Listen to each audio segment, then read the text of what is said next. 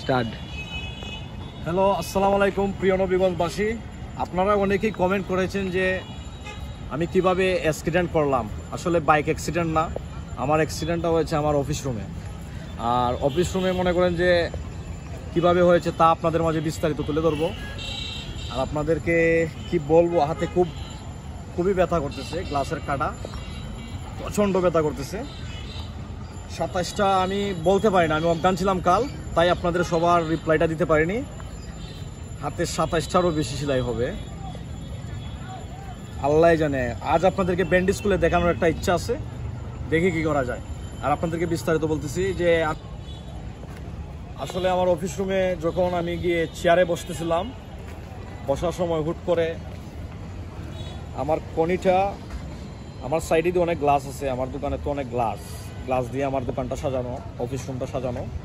বসতে গিয়ে আমার কনিটা লেগে গ্লাসের টুকরো আমার ওইদিকে ইপার হয়ে বাইরে হয়ে গেছে। আর প্রচণ্ড ব্যথা করতেছে, বাদ বাকি আপনাদেরকে পরে